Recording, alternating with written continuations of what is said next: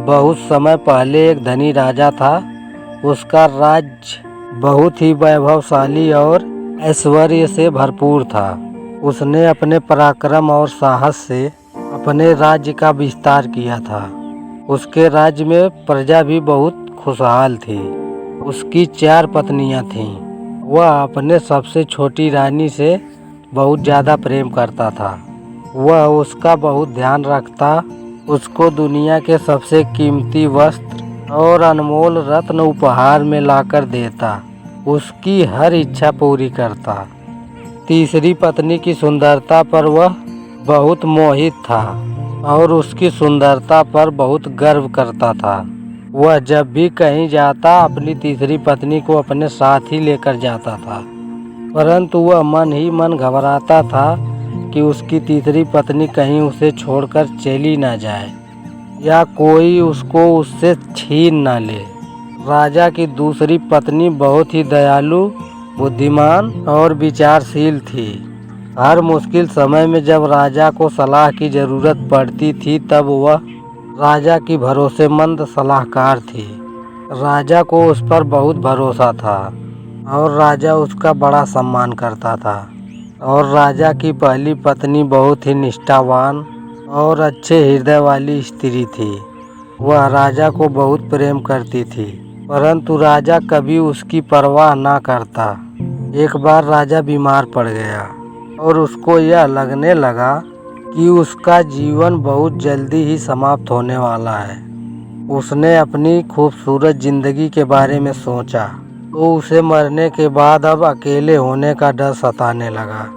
वह अपनी चौथी पत्नी को अपने पास बुलाकर कहने लगा कि मैंने तुमसे सबसे अधिक प्रेम किया है, तुम्हें दुनिया की हर सबसे कीमती चीज लाकर दी और तुम्हारा बहुत ध्यान रखा है, पर अब मेरा अंतिम समय आ गया है।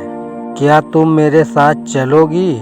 पत्नी ने कुछ ना कहा, कोई जवाब नहीं दिया और बिना कोई शब्द कहे वहां से चली गई। अब राजा ने अपनी तीसरी पत्नी को बुलवाया और उससे कहा कि मैंने तुमसे जीवन भर प्रेम किया है, परंतु अब मैं मर रहा हूँ, क्या तुम मेरे साथ चलोगी? पत्नी ने कहा, सच है, आपने मुझे बहुत प्रेम किया, परंतु जीवन बहुत सुंदर है और मैं जीवन के साथ हूँ। मैं तो आपके मरने के बाद दूसरा विवाह कर लूँगी, किसी ऐसे व्यक्ति से जो मुझे आपकी तरह प्रेम करे। राजा ने अब अपनी दूसरी पत्नी को बुलवाया और कहा, तुमने हर बुरे वक्त में मेरा साथ दिया है, मुझे हमेशा सबसे अधिक विश्वास तुम पर ही रहा, परंतु अब तो मैं मरने वाला हूँ और मुझे पूरा विश्वास है कि तुम मेरे साथ चलोगी ना? दूसरी पत्नी ने कहा, नहीं राजन, मुझे खेद है कि इस बार मैं आपकी कोई मदद नहीं कर पाऊंगी, पर मैं आपको विश्वास दिलाती हूँ कि मैं आपके अंतिम संस्कार और मृत्यु पश्चात सभी कार्यों का ध्यान रखूंगी। राजा अकेला, निसहाय और दुखी होकर सर पकड़कर बैठ गया। तभी एक आवाज़ सुनाई दी, मैं आपके साथ चलूंगी, आप जहाँ जहाँ भी जाएंगे मैं आपके साथ रहूंगी। राजा ने सर उठाकर देखा, बहुत ही दुबली पतली और कमज़ोर थी उसकी पहली पत्नी सामने खड़ी थी। वास्तव में राजा ने कभी भी अपनी पहली पत्नी की परवाह नहीं की थी। उसे बहुत शर्मिंदगी हुई। उसने कहा कि मुझे ये हमेशा से पता था, तुम मुझे सबसे अधिक प्रेम करती हो। काश मैंने तुम्हारा बेहतर ख्याल रखा होता। सच्चाई यह है कि ये कहानी एक राजा की नहीं है जिसकी 4 रानियां थीं। यह आपकी, मेरी और हम सब की कहानी है। हम सभी की 4 पत्नियां हैं। चलिए जानते हैं कैसे। हमारी चौथी पत्नी यानी हमारा शरीर। सोचकर देखिए, हम उसे अच्छा दिखाने के लिए कितना समय देते हैं और प्रयास करते हैं। इस शरीर के आराम और बेहतरीन के लिए हम जीवन भर कोशिश करते हैं, पर यह हमें छोड़ देगा जब हम मर जाएंगे। फिर इसे जलाया या दफनाया ही जाएगा। हमारी तीसरी पत्नी हमारी धन संपत्ति है, यानी वह भौतिक और सांसारिक चीज़ें जो हम जीवन भर इकट्ठी करते हैं और उसकी रक्षा करते हैं, परंतु जब हम मरेंगे तो यह दूसरों के पास ही जाएगा, इसे बांटा जाएगा। तभी तो राजा हमेशा डरता था कि वह पत्नी उसे छोड़ देगी या कोई उसे चुरा लेगा। और कहानी में तीसरी पत्नी कहती है कि उसके जाने के बाद वह फिर से शादी करेगी। हमारी दूसरी पत्नी जो कि हमारा परिवार है, हमारे मित्र हैं और वो लोग हैं जिन्हें हम प्यार करते हैं, चाहे उन्होंने जीवन में हमारा कितना भी समर्थन किया हो या साथ दिया हो, परंतु वह चाहते हुए भी हमारे साथ नहीं आ सकते। बस यह हमारे अंतिम संस्कार या मृत्यु पश्चात होने वाले शामिल हो सकते हैं। तभी तो कहानी में दूसरी पत्नी कहती है कि साथ चलना संभव नहीं है, लेकिन वह अंतिम संस्कार और सभी व्यवस्थाओं पर ध्यान रखेगी।